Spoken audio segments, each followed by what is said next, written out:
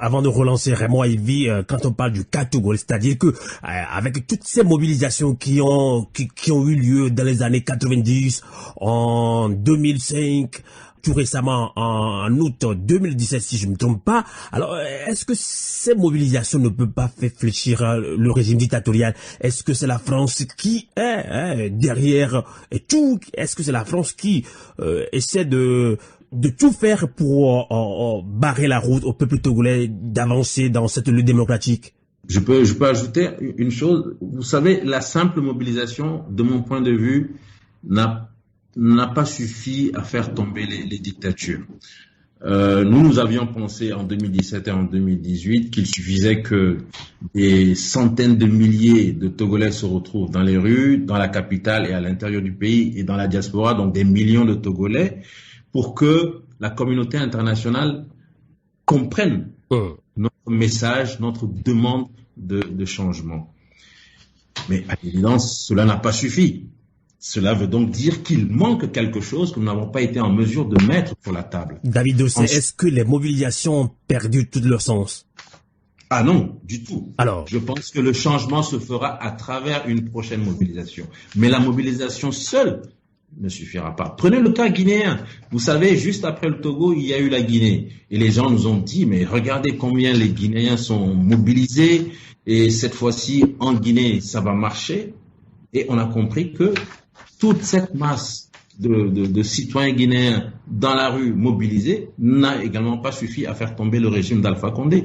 Donc la mobilisation, je crois qu'elle est incontournable. Mais au-delà de la mobilisation, il manque certainement quelque chose que nous n'avons pas été en mesure de proposer.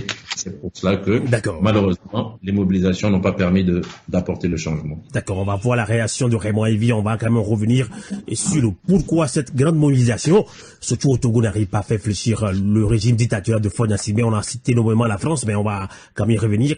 Alors, Djimoré a fait un bilan de 61 ans d'indépendance. Il a tiré à boulet rouge sur le pouvoir et la France surtout. Là, on vient de l'arrêter. Alors, Raymond Ivy, qu'est-ce qui fait la particularité de la situation du Togo et pour qu'on en arrive à l'appellation le cas togolais, 61 ans d'indépendance, plus de 30 ans de lutte démocratique sans succès? Raymond Ivy. Oui, Sylvain, permets-moi de dire que CODI Togo, la coalition pour la diaspora togolaise pour l'alternance et la démocratie, soutient sans aucune ambiguïté Djimoré dans son expression, parce que on peut pas s'appeler un mouvement qui lutte pour l'alternance démocratique, l'état de droit et mettre entre parenthèses l'expression, la libre expression des personnes, des concitoyens. Donc, ce qu'Audi Togo soutient vraiment et demande soutien Djimoré, demande sa libération sans condition. Il n'a rien à y faire chez un service chargé d'investissement criminel depuis plus d'une semaine, et qui plus est, nous le soulignons, j'insiste là-dessus, les conditions même d'arrestation d'Djimoré sont ignobles. Des gendarmes avec armes de guerre, cagoulés, il faut le dire. C'est ce pourquoi nous luttons, et la jeunesse africaine doit tout faire pour que notre pays puisse arrêter de voir ce genre de choses. La gouvernance du tout répressif, c'est pas ça qui amènera le Togo à bon port, c'est-à-dire dans son développement intégral. Votre bilan sur les 61 ans d'indépendance, c'est la question, s'il vous plaît. Oui, mais est-il que ce tout répressif n'amènerait que dans le chaos? Donc c'est pour dire, je l'avais dit tantôt, que ce bilan est un bilan qui est désastreux, puisque prenez simplement l'indice de développement humain. Entre 2005 et 2021 aujourd'hui, on ne va pas nous dire que ça s'est amélioré. Il suffit d'aller à Lomé, il suffit de demander aux parents, aux familles. Vous verrez combien les gens ne mangent plus à leur faim. Les demandes pressantes qui sont les leurs aujourd'hui, nous dans la diaspora, on le vit et on sait.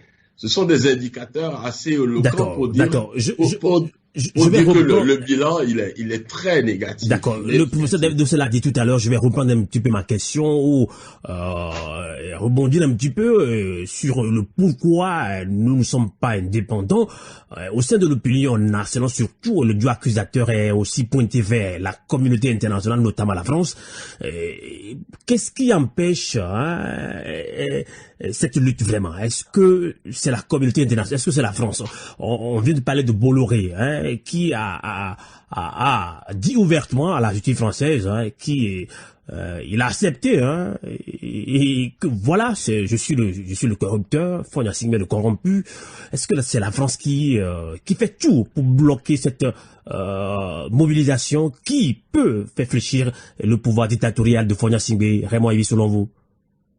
Ben, le frère David l'a dit, il a donné un exemple. Moi, je vais en donner un autre. Il a donné l'exemple de l'affaire Bolloré. Je vais appuyer le propos en donnant un autre exemple. Prenez par exemple l'opération Barkhane au Mali. L'opération Barkhane au Mali, aujourd'hui, le Togo fournit au bas mot 1100 soldats. 1100 soldats pour grossir les rangs des militaires qui luttent au front au Sahel. Et on sait que dans cette opération, le défunt président Déby en avait promis de rajouter 1200 hommes. Mais vous savez bien sûr que cette opération Barkhane avec le G5 est sous l'égide de la France.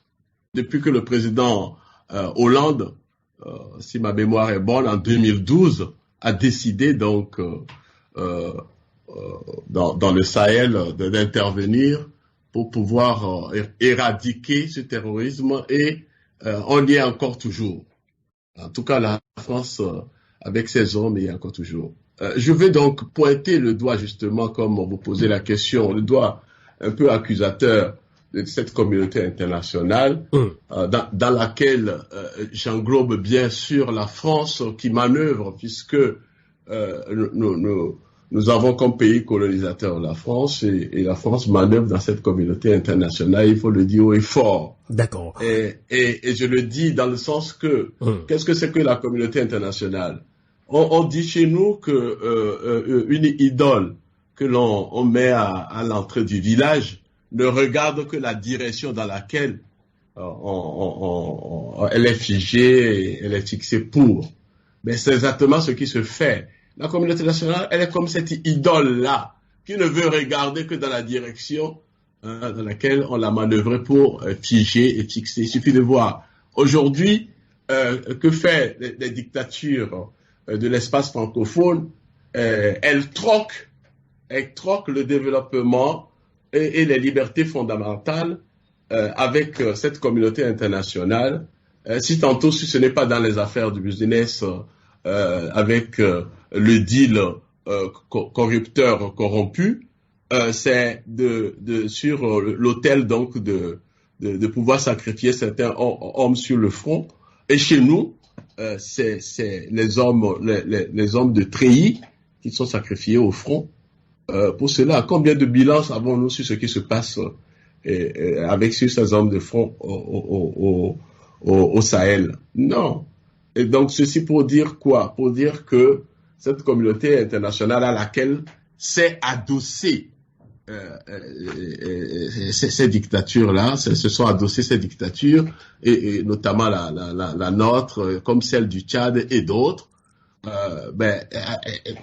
fait que cette communauté internationale ferme les yeux sur un certain nombre de choses, alors que les Togolais se battent, par exemple, les Tchadiens se battent pour les libertés fondamentales. La question des droits de l'homme n'intéresse pas cette communauté internationale.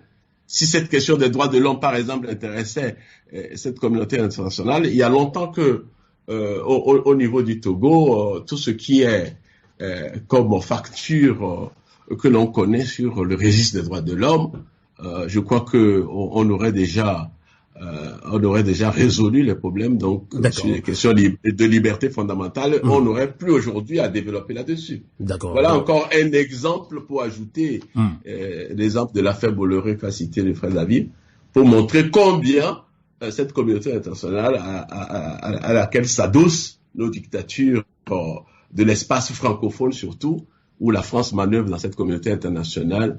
Et il faut pas compter sur cette communauté internationale.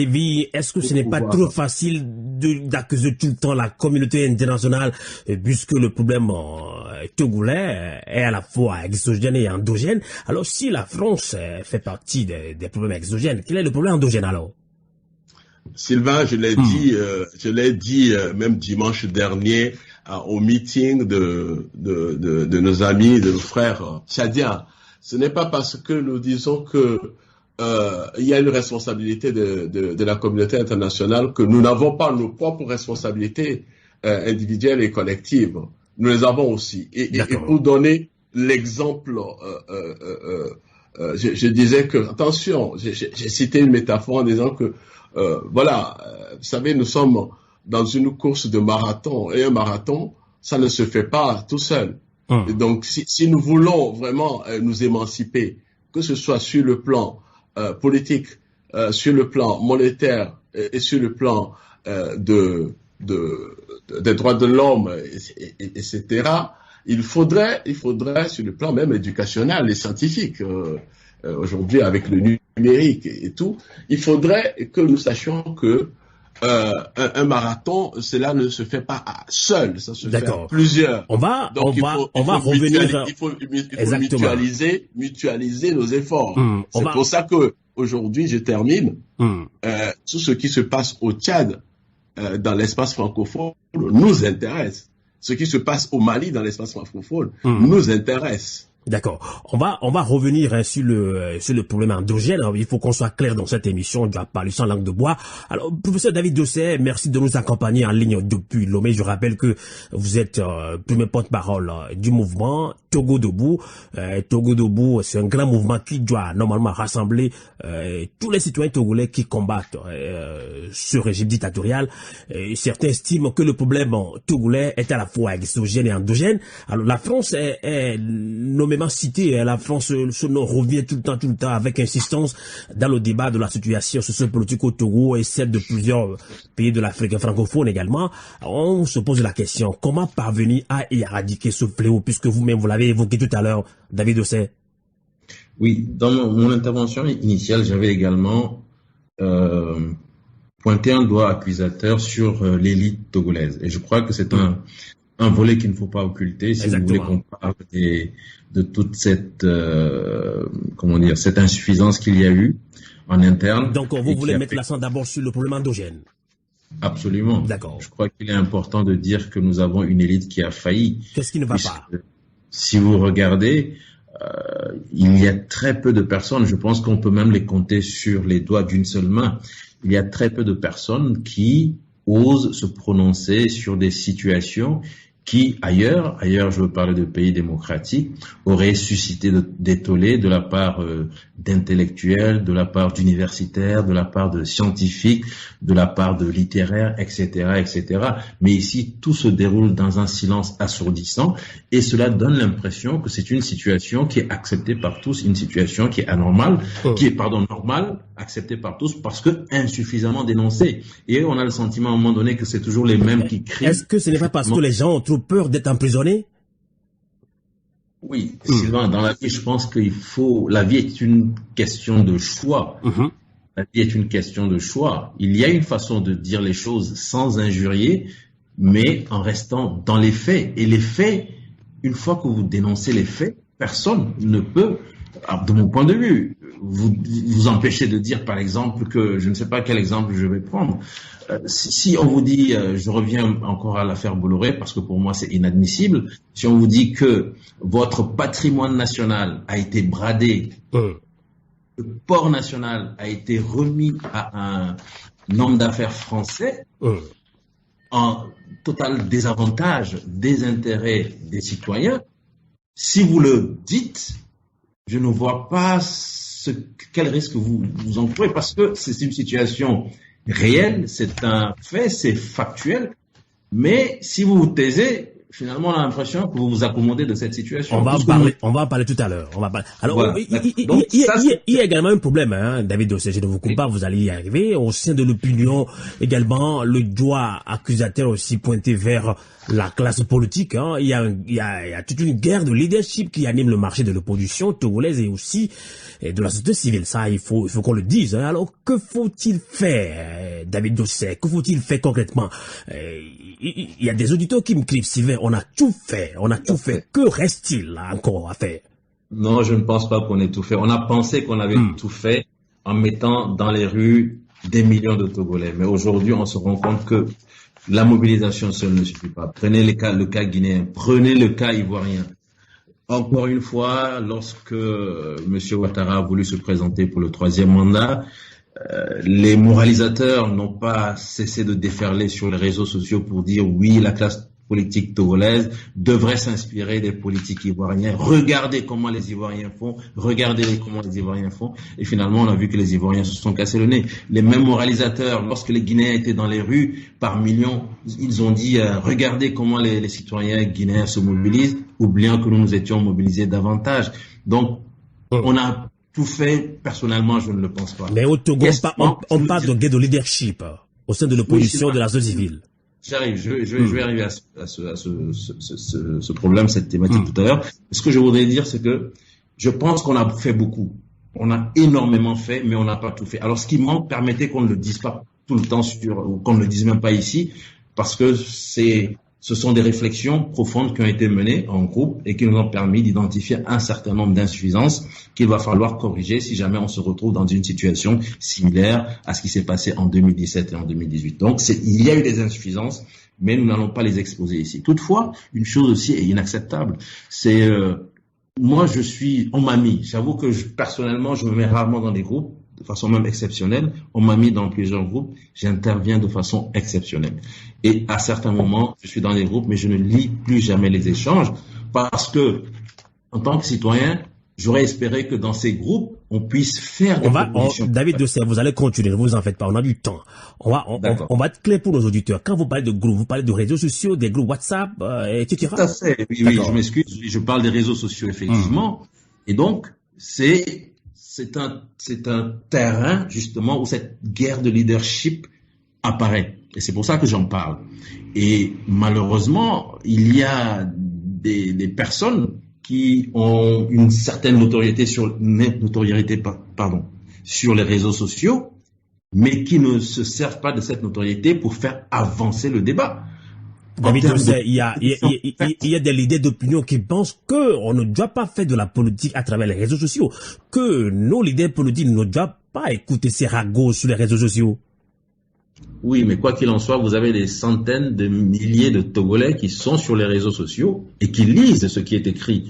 Alors, quand on me dit que certaines personnes œuvrent pour la lutte, œuvrent pour la démocratie, œuvrent pour l'état de droit, mais sur les réseaux sociaux, ne font jamais de propositions concrètes et passent leur temps à user de termes injurieux pour s'en prendre à tel ou à tel, alimentant ainsi cette guerre de leadership.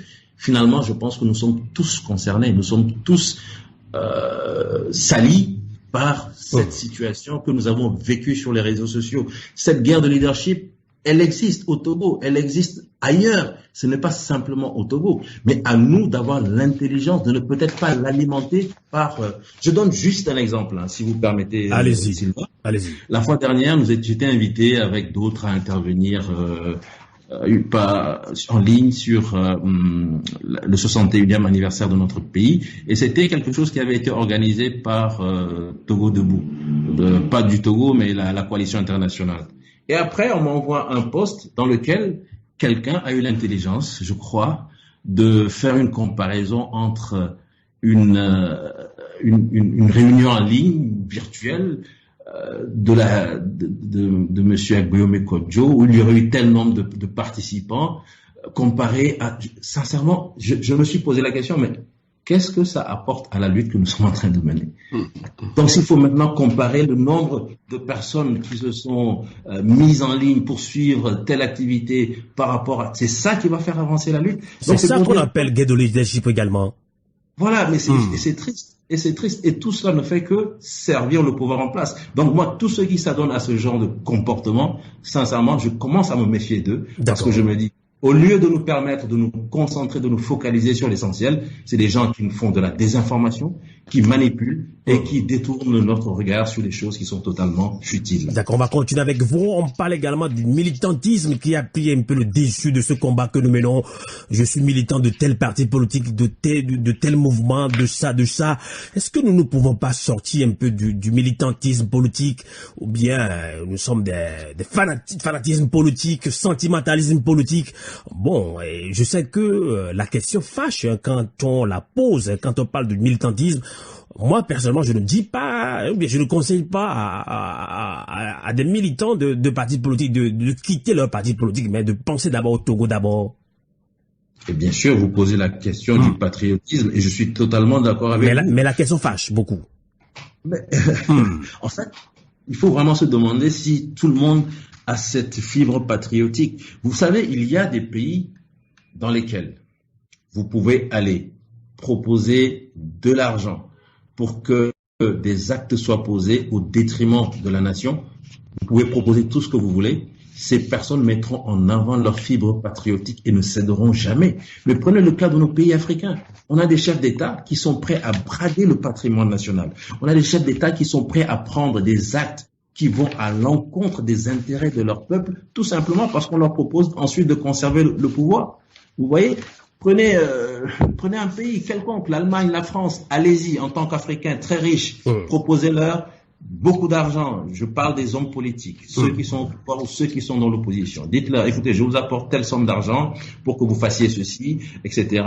Et ça me permet d'avoir la main mise sur l'institution judiciaire de votre pays. Mais vous allez vous faire bouler hors du pays. Mais il suffit qu'ils viennent ici, qu'ils proposent un peu d'argent et vous allez voir les magistrats, les responsables politiques, etc., qui vont prendre cet argent, oubliant la patrie, et ils vont donc brader tout ce qui est attribut de souveraineté de nos pays, tout ce qui est patrimoine de nos pays, contre quelques éléments totalement... Voilà, donc ça pose vraiment la question du patriotisme, et je suis d'accord avec vous quand vous parlez de ceux qui, finalement, oublient la nation et mettent en avant essentiellement des intérêts partisans. Il faut, quand vous le dites, il ne s'agit pas d'abandonner les partis politiques, mais à un moment donné, se dire quel est ce grand creuset finalement pour lequel elle doit se battre et qui doit nous réunir. C'est la nation David Dosset, on va toujours rester avec vous puisque vous êtes implanté au Togo. C'est la raison pour laquelle toutes mes questions, bien toutes les questions de la rédaction de Canal K de Radio Afouleté vous est adressées principalement à vous. Alors nous on a fait quand même ce constat. Je pense que beaucoup de journalistes l'ont fait également. Quand Togo Dobo par exemple organise une manifestation au Togo, il n'y a pas tellement du monde. Mais quand un parti politique l'organise, on va toute une influence. Comment l'expliquez-vous? Oui, parce que pendant des décennies, les Togolais ont été habitués essentiellement à une lutte de partis politiques, à une lutte partisane, il faut le reconnaître. D'accord. Et lorsque la crise a éclaté en 2017, ça a été également sur l'initiative de partis politiques et non d'organisations de la société civile. Et qu'est-ce qui nous a conduit, nous, à mettre sur pied le Front citoyen Togo Debout et en adoptant une posture résolument militante? C'est quand, de part et d'autre, même les journalistes étrangers qui venaient, ils nous disaient, mais nous venons parce qu'il y a une crise sociopolitique dans votre pays, nous voyons des partis politiques qui organisent des meetings, ils ont pris le devant de cette lutte. On a le sentiment finalement que c'est une lutte d'opposition contre un régime au pouvoir. Où est la société civile? Effectivement, il faut reconnaître, c'est maintenant que cette société civile militante est en train d'essayer de faire quelque chose. Je ne sais pas si elle a existé par les temps anciens, mais en tout cas, même si elle avait existé, elle a disparu et c'est maintenant qu'elle est en train de se constituer véritablement. Et donc, dans l'esprit des Togolais, c'est un nouveau paradigme qu'il faut mettre en place, qui est en train de se mettre en place pour que les gens comprennent que, au-delà de l'appartenance à un parti politique, la société civile également constitue une force qui nécessite qu'il y ait des sympathisants, qu'il y ait des membres, et cette force porte également, et peut-être même de façon meilleure, la voix du peuple en lutte pour la démocratie.